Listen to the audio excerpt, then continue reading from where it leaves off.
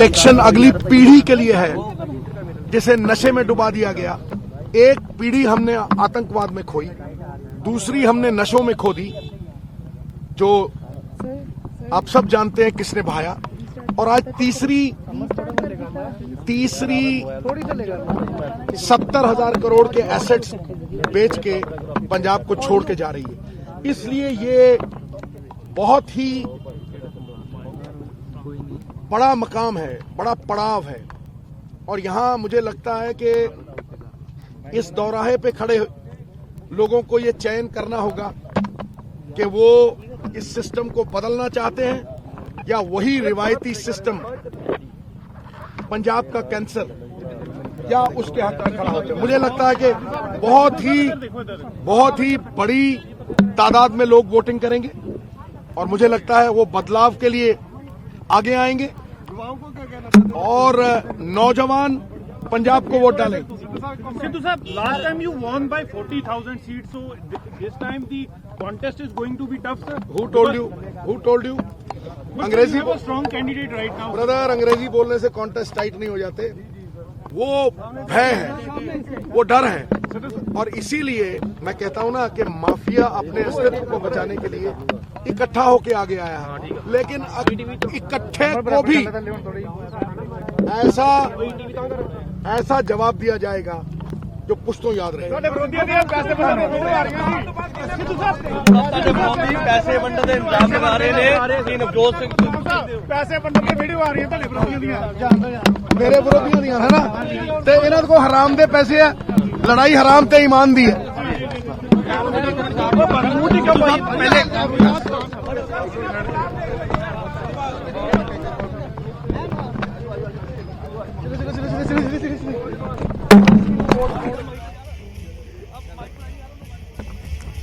ਤਾਂ ਬਦਲਾਵ ਦੇ ਲਈ ਵੋਟ ਕਰਨ ਦੀ ਗੱਲ ਕਰ ਰਹੇ ਨੇ ਨਵਜੋਤ ਸਿੰਘ ਸਿੱਧੂ। ਵੋਟ ਪਾ ਕੇ ਆਏ ਨੇ ਉਹ ਤੇ ਉਹਨਾਂ ਦੀ ਪਤਨੀ ਨਵਜੋਤ ਕੌਰ, ਦੋਵੇਂ ਮੌਜੂਦ ਸਨ। ਕਹਿ ਰਹੇ ਨੇ ਕਿ ਪੰਜਾਬ ਦੇ ਲੋਕ ਸਿਸਟਮ ਬਦਲਣਾ ਚਾਹੁੰਦੇ ਨੇ ਤੇ ਬਦਲਾਅ ਦੇ ਲਈ ਵੋਟ ਕਰਨਗੇ। ਉਹਨਾਂ ਨੇ ਇਹ ਵੀ ਕਿਹਾ ਕਿ ਵੱਡੇ ਮੁੱਦੇ ਪੰਜਾਬ ਦੇ, ਖਾਸ ਕਰਕੇ ਨਸ਼ਿਆਂ ਦੇ ਮੁੱਦੇ ਦੀ ਗੱਲ ਕੀਤੀ ਤੇ ਆਪਣੇ ਵਿਰੋਧੀਆਂ ਤੇ ਵੀ ਇੱਕ ਕਿਸਮ ਨਾਲ ਨਿਸ਼ਾਨਾ ਸਾਧਦੇ ਨਜ਼ਰ ਆਏ ਨੇ ਨਵਜੋਤ ਸਿੰਘ ਸਿੱਧੂ ਕਿ ਪੰਜਾਬ ਹੁਣ ਸਿਸਟਮ ਬਦਲਣਾ ਚਾਹੁੰਦਾ ਹੈ। ਪੰਜਾਬ ਦੇ ਜੋ ਵੋਟਰ ਨੇ ਉਹ ਸਿਸਟਮ ਬਦਲਣਾ ਚਾਹੁੰਦੇ ਨੇ, ਬਦਲਾਅ ਚਾਹੁੰਦੇ ਨੇ।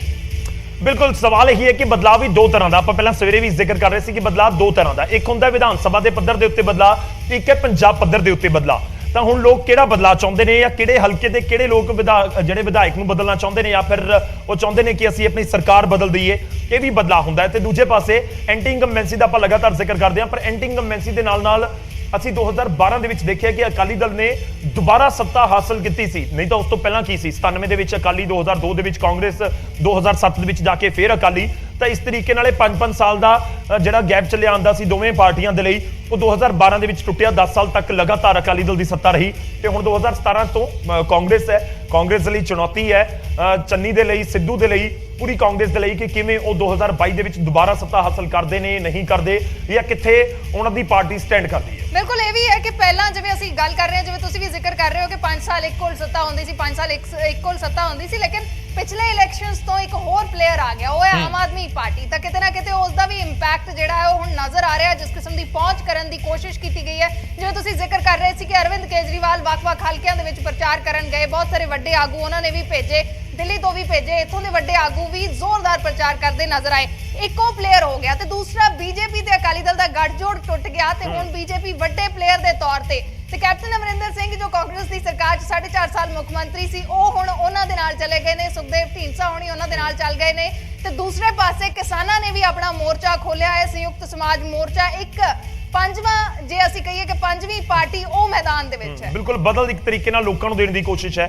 ਦੇਖੋ ਪੰਜਾਬ ਦੇ ਵਿੱਚ ਹਮੇਸ਼ਾ ਤੋਂ ਇੱਕ ਥਰਡ ਪਾਰਟੀ ਦੇ ਲਈ ਸਪੇਸ ਰਹੀ ਹੈ। 2012 ਦੀ ਗੱਲ ਕਰੀਏ, 17 ਦੀ ਗੱਲ ਕਰੀਏ, ਕਿਉਂਕਿ ਜਿਵੇਂ ਆਪਾਂ ਮੈਂ 92 ਦਾ ਜ਼ਿਕਰ ਕਰਾਂ, 97, 2002, 2007 ਇੱਕ ਪਾਰਟੀ ਦੀ ਸਰਕਾਰ, ਦੂਜੀ ਦੀ ਸਰਕਾਰ, ਫਿਰ ਪਹਿਲੀ ਦੀ, ਫਿਰ ਦੂਜੀ ਦੀ, ਫਿਰ ਪਹਿਲੀ ਦੀ, ਫਿਰ ਦੂਜੀ ਦੀ, ਇਹ ਪੰਜਾਬ ਦੇ ਵਿੱਚ ਹੁੰਦਾ ਰਿਹਾ ਹੈ।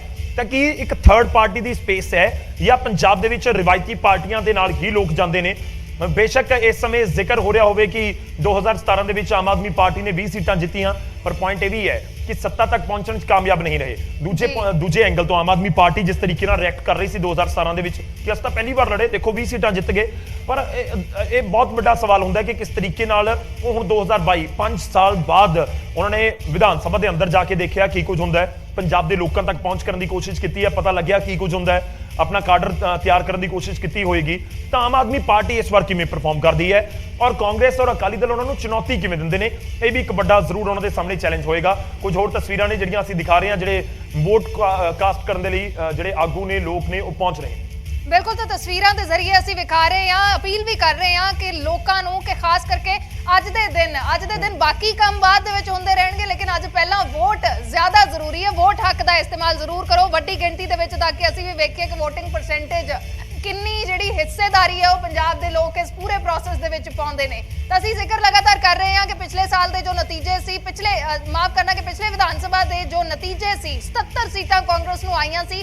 ਕੀ ਉਸ ਨੂੰ ਰਿਪੀਟ ਕਰ ਸਕਦੀ ਹੈ ਕਾਂਗਰਸ ਜਾਂ ਫਿਰ ਕੋਈ ਹੋਰ ਪਾਰਟੀ ਸੱਤਾ ਦੇ ਵਿੱਚ ਆਏਗੀ? ਕਿਉਂਕਿ ਦਾਅਵੇ ਸਾਰੇ ਕਰ ਰਹੇ ਨੇ ਗੌਰਵ। ਬਿਲਕੁਲ, ਦਾਅਵੇ ਤਾਂ ਲਾਜ਼ਮੀ ਤੌਰ ਤੇ ਹੁੰਦੇ ਨੇ, ਪਰ ਇਸ ਵਿਚਾਲੇ ਆਪਾਂ ਨੂੰ ਇਹ ਵੀ ਦੇਖਣਾ ਹੋਏਗਾ ਕਿ ਕਿਸ ਤਰੀਕੇ ਨਾਲ ਕੈਂਪੇਨ ਕੀਤਾ ਗਿਆ, ਕਿਸ ਤਰੀਕੇ ਨਾਲ ਪ੍ਰਚਾਰ ਕੀਤਾ ਗਿਆ।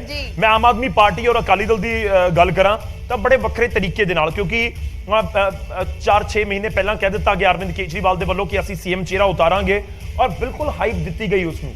ਇਹ ਬੜਾ ਸਟ੍ਰੈਟੇਜਿਕ ਹੁੰਦਾ ਹੈ, ਤੁਸੀਂ ਇਹ ਲੋਕਾਂ ਨੂੰ ਵੀ ਸਮਝਣ ਦੀ ਜ਼ਰੂਰਤ ਹੈ ਕਿ ਕਈਆਂ ਨੂੰ ਲੱਗ ਰਿਹਾ ਹੋਏਗਾ ਕਿ ਬਹੁਤ ਲੇਟ ਆ ਕੇ ਭਗਵੰਤ ਮਾਨ ਨੂੰ ਅਨਾਉਂਸ ਕੀਤਾ, ਪਰ ਇਹ ਵੀ ਇੱਕ ਰਣਨੀਤੀ ਦਾ ਹਿੱਸਾ ਹੁੰਦਾ ਹੈ ਕਿ ਉਸ ਮੁੱਦੇ ਉੱਤੇ ਗੱਲ ਹੁੰਦੀ ਰਹੀ, ਸਵਾਲ ਹੁੰਦੇ ਰਹੇ, ਮੀਡੀਆ ਦੇ ਹੁੰਦੇ ਰਹੇ, ਤੇ ਇਲੈਕਸ਼ਨ ਤੋਂ ਕਰੀਬ 20-25 ਦਿਨ ਪਹਿਲਾਂ ਆ ਕੇ ਉਹਨਾਂ ਦੇ ਵੱਲੋਂ ਅਨਾਉਂਸ ਕੀਤਾ ਗਿਆ। ਔਰ ਅਕਾਲੀ ਦਲ ਦਾ ਦੇਖੋ, ਅਕਾਲੀ ਦਲ ਨੇ ਲਗਾਤਾਰ ਆਪਣੀ ਕੈਂਪੇਨ ਨੂੰ ਜਾਰੀ ਰੱਖਿਆ। ਸੁਖਬੀਰ ਸਿੰਘ ਬਾਦਲ ਜਦੋਂ ਕਿਸਾਨ ਅੰਦੋਲਨ ਚੱਲ ਰਿਹਾ ਸੀ ਉਸ ਸਮੇਂ ਵੀ ਲੋਕਾਂ ਤੱਕ, ਪਿੰਡਾਂ ਤੱਕ ਪਹੁੰਚ ਕਰਨ ਦੀ ਕੋਸ਼ਿਸ਼ ਕਰਦੇ ਰਹੇ, ਆਪਣੇ ਲੈਵਲ ਦੇ ਉੱਤੇ ਜਾਂਦੇ ਰਹੇ। ਤਾਂ ਇੱਕ ਤਰੀਕਾ ਹੁੰਦਾ ਹੈ ਪਾਰਟੀਆਂ ਦਾ। ਔਰ ਸੁਖਬੀਰ ਬਾਦਲ ਦਾ ਮੈਂ ਇੱਕ ਹੋਰ ਜ਼ਿਕਰ ਕਰਾਂਗਾ ਕਿ ਉਹਨਾਂ ਨੇ ਕਿਸ ਤਰੀਕੇ ਨਾਲ ਟਿਕਟਾਂ ਅਨਾਉਂਸ ਕੀਤੀਆਂ। ਇਹ ਇੱਕ ਨਵਾਂ ਕਲਚਰ ਉਹਨਾਂ ਨੇ ਸ਼ੁਰੂ ਕੀਤਾ। ਜਲਾਲਾਬਾਦ 'ਚ ਰੈਲੀ ਕੀਤੀ, ਪਹਿਲੀ ਟਿਕਟ ਆਪਣੀ ਖੁਦ ਦੀ ਅਨਾਉਂਸ ਕੀਤੀ। ਖੇਮਕਰਨ ਪਹੁੰਚੇ, ਵਿਰਸਾ ਸਿੰਘ ਬਲਟੋਹਾ ਦੀ ਕਰ ਦਿੱਤੀ। ਜਿੱਥੇ ਜਾਂਦੇ ਰਹੇ ਰੈਲੀਆਂ ਦੇ ਜ਼ਰੀਏ ਆਪਣੇ ਕੈਂਡੀਡੇਟਸ ਦੀ ਅਨਾਉਂਸਮੈਂਟ 6-6 ਮਹੀਨੇ ਪਹਿਲਾਂ ਵੀ ਕਰਦੇ ਰਹੇ। ਬੰਟੀ ਰਮਾਣਾ ਕੀ ਕੁਝ ਕਹਿ ਰਹੇ ਨੇ, ਸੁਣਦੇ। ਦੇਖੋ, ਖੁਸ਼ੀ ਬੜੀ ਮਹਿਸੂਸ ਹੁੰਦੀ ਹੈ ਕਿਉਂਕਿ ਜਿਹੜੀ ਇਹ ਵੋਟ ਦਾ ਹੱਕ ਹੈ ਇਹ ਬਹੁਤ ਔਖਾ ਹਿੰਦੁਸਤਾਨ ਦੇ ਵਾਸੀਆਂ ਨੂੰ ਮਿਲਿਆ ਸੀ। ਬੜੇ ਸੰਘਰਸ਼, ਬੜੀਆਂ ਕੁਰਬਾਨੀਆਂ ਦੇਣੀਆਂ ਪਿਆ ਸੀ। ਤੇ ਜੋ ਮਾਹੌਲ ਦੀ ਤੁਸੀਂ ਗੱਲ ਕੀਤੀ, ਮਾਹੌਲ ਤਾਂ ਲੋਕਾਂ ਦੇ ਵਿੱਚ ਇੰਨਾ ਉਤਸ਼ਾਹ ਹੈ, ਤੁਸੀਂ ਦੇਖੋ ਫਸਟ ਟਾਈਮ ਵੋਟਰ ਤੋਂ ਲੈ ਕੇ ਬਜ਼ੁਰਗ ਵੋਟਰ ਤੱਕ, ਕਿਉਂਕਿ 5 ਸਾਲ ਦੇ ਇਸ ਮਾੜੇ ਸਮੇਂ ਦਾ ਲੋਕ ਅੰਤ ਦੇਖਣਾ ਚਾਹੁੰਦੇ। ਵੱਡਾ ਉਤਸ਼ਾਹ ਇਸ ਗੱਲ ਦਾ, ਲੋਕ ਚਾਹੁੰਦੇ ਹੈ ਕਿ ਇੱਕ ਨਵੇਂ ਦੌਰ ਦੀ ਸ਼ੁਰੂਆਤ ਹੋਵੇ ਜਿਹਦੇ 'ਚ ਤਰੱਕੀ, ਖੁਸ਼ਹਾਲੀ, ਭਾਈਚਾਰਕ ਸਾਂਝ, ਅਮਨ ਸ਼ਾਂਤੀ ਤੇ ਇੱਕ ਲਾਅ ਐਂਡ ਆਰਡਰ ਦੀ ਗੱਲ ਜ਼ਰੂਰ ਹੋਵੇ, ਜਿੱਥੇ ਅੱਜ ਕਾਨੂੰਨ ਵਿਵਸਥਾ ਨਾਂ ਦੀ ਕੋਈ ਚੀਜ਼ ਹੀ ਨਹੀਂ। ਸੋ ਇਹ ਸਾਰੀਆਂ ਚੀਜ਼ਾਂ ਲੋਕ ਚਾਹੁੰਦੇ ਆ। ਲੋਕ ਚਾਹੁੰਦੇ ਆ ਕਿ ਇਹ ਸਰਕਾਰ ਜਿਹੜੀ ਹੈ ਇਹਦਾ ਅੰਤ ਦੇਖੀਏ, ਸ਼੍ਰੋਮਣੀ ਅਕਾਲੀ ਦਲ ਬਹੁਜਨ ਸਮਾਜ ਪਾਰਟੀ ਦੀ ਸਰਕਾਰ ਬਣੇ ਤੇ ਸਰਦਾਰ ਸੁਖਬੀਰ ਸਿੰਘ ਬਾਦਲ ਸਾਹਿਬ ਪੰਜਾਬ ਦੇ ਆਉਣ ਵਾਲੇ ਮੁੱਖ ਮੰਤਰੀ ਬਣ। ਦੇਖੋ, ਮੈਨੂੰ ਤਾਂ ਬਹੁਤ ਵੱਡਾ ਵਿਸ਼ਵਾਸ, ਬਹੁਤ ਵੱਡਾ ਲੋਕਾਂ ਦਾ ਸਮਰਥਨ ਮਹਿਸੂਸ ਹੋ ਰਿਹਾ।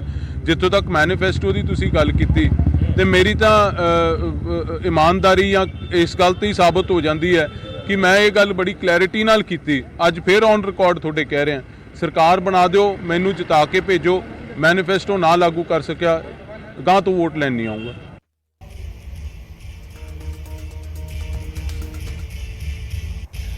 ਤਾਂ ਪਰਮਬੰਸ ਬੰਟੀ ਰਮਾਣਾ ਦੇ ਸਾਹਮਣੇ ਚੁਣੌਤੀ ਹੈ, ਕਿਉਂਕਿ ਇਸ ਵਾਰ ਇੱਕ ਵਾਰ ਫਿਰ ਤੋਂ ਫਰੀਦਕੋਟ ਤੋਂ ਚੋਣ ਮੈਦਾਨ ਦੇ ਵਿੱਚ ਉਤਰੇ ਹੋਏ ਨੇ। ਔਰ ਮੈਂ ਜੋ ਜ਼ਿਕਰ ਕਰ ਰਿਹਾ ਸੀ ਕਿ 5 ਸਾਲ ਦਾ ਇੱਕ ਤਜਰਬਾ ਉਹਨਾਂ ਦੇ ਕੋਲ ਵਧਿਆ, ਅਹੁਦਾ ਵਧਿਆ, ਤਾਂ ਹੁਣ ਕੀ ਇੰਪੈਕਟ ਕਰਦਾ ਦੇਖਣਾ ਹੋਏਗਾ। ਅਗਲੀ ਸੀਟ ਮੈਨੂੰ ਨਜ਼ਰ ਆ ਰਹੀ ਹੈ ਰੋਪੜ ਦੀ।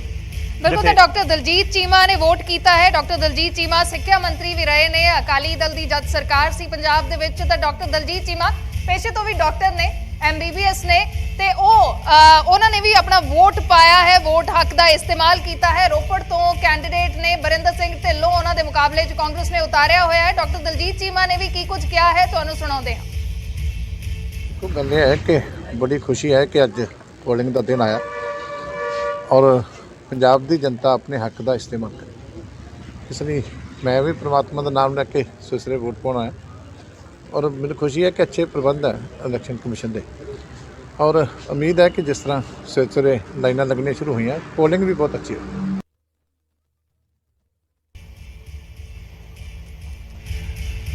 ਦਲਜੀਤ ਚੀਮਾ ਨੇ ਵੀ ਆਪਣੇ ਵੋਟ ਹੱਕ ਦਾ ਇਸਤੇਮਾਲ ਕੀਤਾ ਔਰ ਇਲੈਕਸ਼ਨ ਕਮਿਸ਼ਨ ਦੇ ਇੰਤਜ਼ਾਮਾਂ ਨੂੰ ਲੈ ਕੇ ਬੜੇ ਸੰਤੁਸ਼ਟ ਨਜ਼ਰ ਆ ਰਹੇ ਨੇ।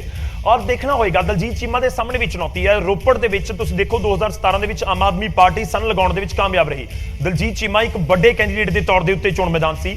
जो मैं लगातार जिक्र कर रहा कि चुनौतियां ਤੁਹਾਡੇ ਸਾਹਮਣੇ ਹੁੰਦੀਆਂ ਨੇ ਔਰ ਦਲਜੀਤ ਚੀਮਾ ਪਿਛਲੇ 5 ਸਾਲ ਦੇ ਵਿੱਚ ਅਕਾਲੀ ਦਲ ਦੇ ਵਿੱਚ ਇੱਕ ਵੱਡਾ ਚਿਹਰਾ ਜ਼ਰੂਰ ਬਣੇ ਨੇ ਕਿਉਂਕਿ ਮੰਤਰੀ ਤਾਂ ਪਹਿਲਾਂ ਸੀ ਪਰ ਕਈ ਆਗੂ ਛੱਡ ਗਏ ਅਕਾਲੀ ਦਲ ਨੂੰ। ਉਸ ਤੋਂ ਬਾਅਦ ਦਲਜੀਤ ਚੀਮਾ ਦਾ ਇੱਕ ਵੱਡਾ ਕੱਦ ਅਕਾਲੀ ਦਲ ਦੇ ਵਿੱਚ ਨਜ਼ਰ ਆਇਆ। ਹੁਣ ਉਹਨਾਂ ਨੂੰ ਫਾਇਦਾ ਹੁੰਦਾ ਨਹੀਂ ਹੁੰਦਾ ਇੱਕ ਵੱਡਾ ਸਵਾਲ ਹੈ। ਅਗਲੀ ਸੀਟ ਦਾ ਰੁਖ ਕਰਦੇ ਹਾਂ ਮੁਕਤਸਰ ਦੀ ਅਗਲੀ ਸੀਟ। ਸ਼੍ਰੀ ਮੁਕਤਸਰ ਸਾਹਿਬ ਦੇ ਵਿੱਚ ਕੈਂਡੀਡੇਟ ਨੇ ਕਮਰਜੀਤ ਸਿੰਘ ਰੋਜ਼ੀ ਬਰਕੰਦੀ ਅਕਾਲੀ ਦਲ ਦੇ ਜਿਨ੍ਹਾਂ ਨੇ ਆਪਣੇ ਵੋਟ ਹੱਕ ਦਾ ਇਸਤੇਮਾਲ ਕੀਤਾ। ਮੌਜੂਦਾ ਵਿਧਾਇਕ ਨੇ ਪਿਛਲੀ ਵਾਰ ਇਲੈਕਸ਼ਨ ਜਿੱਤ ਕੇ ਵਿਧਾਨ ਸਭਾ ਦੇ ਵਿੱਚ ਪਹੁੰਚੇ ਸੀ ਤੇ ਇੱਕ ਵਾਰ ਫਿਰ ਉਹਨਾਂ ਦਾ ਮੁਕਾਬਲਾ ਹੈ ਕਰਨ ਕੌਰ ਬਰਾੜ ਦੇ ਨਾਲ। ਹਰਚਰਨ ਸਿੰਘ ਬਰਾੜ ਸਾਬਕਾ ਮੁੱਖ ਮੰਤਰੀ ਨੇ, ਉਹਨਾਂ ਦੇ ਡਾਟਰ ਇਨ ਲਾਅ ਨੇ, ਵਿਧਾਇਕ ਰਹੇ ਨੇ ਇਸੇ ਸੀਟ ਤੋਂ, ਇੱਕ ਵਾਰ ਫਿਰ ਤੋਂ ਇਲੈਕਸ਼ਨ ਲੜ ਰਹੇ ਨੇ। ਤੇ ਦੂਸਰੇ ਪਾਸੇ ਮੌਜੂਦਾ ਵਿਧਾਇਕ ਨੇ ਕਮਰਜੀਤ ਸਿੰਘ ਰੋਜ਼ੀ ਬਰਕੰਦੀ ਅਕਾਲੀ ਦਲ ਦੇ ਕੈਂਡੀਡੇਟ ਵੀ ਨੇ। ਇਸ ਵਾਰ ਫਿਰ ਤੋਂ ਉਹਨਾਂ ਨੇ ਵੀ ਆਪਣੇ ਵੋਟ ਹੱਕ ਦਾ ਇਸਤੇਮਾਲ ਕੀਤਾ ਹੈ। बिल्कुल लाजमी तौर पर क्योंकि लगातार जो आप जिक्र कर रहे हैं कि करण कौर बराड़ ਨੂੰ ਇੱਕ ਵਾਰ ਫਿਰ ਤੋਂ ਚੋਣ ਮੈਦਾਨ ਦੇ ਵਿੱਚ ਉਤਾਰਿਆ। ਜਿੱਤ ਨਹੀਂ ਸਕੇ ਸੀ ਰੋਜ਼ੀ ਬਰਕੰਦੀ ਨੇ ਇਹ ਸੀਟ ਜਿੱਤਣ ਦੇ ਵਿੱਚ ਕਾਮਯਾਬੀ ਹਾਸਲ ਕੀਤੀ ਸੀ। ਉਸ ਤੋਂ ਬਾਅਦ ਅਸੀਂ ਅੱਗੇ ਰੁਕ ਕਰਦੇ ਹਾਂ ਤੇ ਗੱਲ ਹੋਵੇਗੀ ਸਿਕੰਦਰ ਸਿੰਘ ਮਲੂਕਾ ਦੀ। ਅਸੀਂ ਸ਼੍ਰੋਮਣੀ ਅਕਾਲੀ ਦਲ ਦੇ ਕੈਂਡੀਡੇਟਸ ਦਾ ਜ਼ਿਕਰ ਕਰਦੇ ਹਾਂ। ਸਿਕੰਦਰ ਸਿੰਘ ਮਲੂਕਾ ਦੇ ਚਿਹਰੇ ਦੇ ਉੱਤੇ ਇੱਕ ਸਮਾਈਲ ਹੈ, ਆਮ ਤੌਰ ਤੇ ਰਹਿੰਦੀ ਹੈ ਜਦੋਂ ਆਪਾਂ ਸਿੱਧੇ ਤੌਰ ਦੇ ਉੱਤੇ ਉਹਨਾਂ ਦੇ ਨਾਲ ਮਿਲਦੇ ਹਾਂ ਉਸ ਸਮੇਂ ਵੀ। पर अज एक नर्वसनैस हर एक लीडर के चेहरे के उत्ते नाल नजर आ रही है। कोई बहुत कॉन्फिडेंट ने ਤਾਂ ਵੀ ਕਿਤੇ ਨਾ ਕਿਤੇ ਦਿਲ ਤਾਂ ਜ਼ਰੂਰ ਤੇਜ਼ੀ ਨਾਲ ਧੜਕ ਰਿਹਾ ਹੋਏਗਾ ਕਿ ਮੈਂ ਤਾਂ ਵੋਟ ਪਾਤੀ, ਹੁਣ ਮੈਨੂੰ ਬਾਕੀ ਦੀਆਂ ਵੋਟਾਂ ਪੈਣੀਆਂ ਨਹੀਂ ਪੈਣੀਆਂ ਜਾਂ ਕਿੰਨੀਆਂ ਪੈਣੀਆਂ ਨਹੀਂ ਪੈਣੀਆਂ, ਉਸ ਦੇ ਲਈ ਇੰਤਜ਼ਾਰ ਕਰਨਾ ਹੋਏਗਾ। ਪਰ ਸਿਕੰਦਰ ਸਿੰਘ ਮਲੂਕਾ ਅਕਾਲੀ ਦਲ ਦਾ ਇੱਕ ਹੋਰ ਵੱਡਾ ਚਿਹਰਾ, ਬਿਲਕੁਲ ਇੱਕ ਵੱਡਾ ਚਿਹਰਾ ਤੇ ਮੁਕਾਬਲਾ ਹੋ ਰਿਹਾ ਹੈ, ਤਿੱਖਾ ਮੁਕਾਬਲਾ। ਤੇ ਖਾਸ ਕਰਕੇ ਜਿਵੇਂ ਤੁਸੀਂ ਜ਼ਿਕਰ ਕਰ ਰਹੇ ਹੋ ਕਿ ਚਿੰਤਾ ਸਭ ਨੂੰ ਹੈ ਕਿਉਂਕਿ ਇਸ ਵਾਰ ਮੁਕਾਬਲਾ ਇੰਨਾ ਸੌਖਾ ਨਹੀਂ ਹੈ। ਜਿਵੇਂ ਪਹਿਲਾਂ ਹੁੰਦਾ ਸੀ ਕਿ ਦੋ ਹੀ ਮੁੱਖ ਪਾਰਟੀਆਂ ਸੀ ਤੇ ਉਹਨਾਂ ਦੇ ਵਿੱਚ ਹੀ ਮੁਕਾਬਲਾ ਚੱਲਦਾ ਸੀ, ਲੇਕਿਨ ਇਸ ਵਾਰੀ ਪੰਜ ਕੋਨੀ ਮੁਕਾਬਲਾ ਹੈ। ਕਿਸ ਨੂੰ ਕਿੰਨੀਆਂ ਵੋਟਾਂ ਆਉਂਦੀਆਂ ਨੇ, ਕਿਉਂਕਿ ਗੌਰਵ ਇਹ ਵੀ ਜ਼ਿਕਰ ਕਰਨਾ ਲਾਜ਼ਮੀ ਹੋਏਗਾ ਕਿ ਬਹੁਤ ਸਾਰੀਆਂ ਸੀਟਾਂ ਦੇ ਉੱਤੇ ਬਹੁਤ ਘੱਟ ਵੋਟਾਂ ਦੇ ਨਾਲ ਜਿੱਤ ਹਾਸਲ ਹੋਈ ਹੈ। ਜੇ 2017 ਦੀ ਗੱਲ ਕਰੀਏ, ਕਿਤੇ 200 ਵੋਟਾਂ, ਕਿਤੇ 300 ਵੋਟਾਂ, ਕਿਤੇ 1000 ਵੋਟ, ਤਾਂ ਬਹੁਤ ਘੱਟ ਮਾਰਜਨ ਸੀਗਾ ਬਹੁਤ ਸਾਰੀਆਂ ਸੀਟਾਂ ਤੇ। ਤਾਂ ਉਹੀ ਸਥਿਤੀ ਵੀ ਵੇਖਣ ਨੂੰ ਮਿਲ ਸਕਦੀ ਹੈ।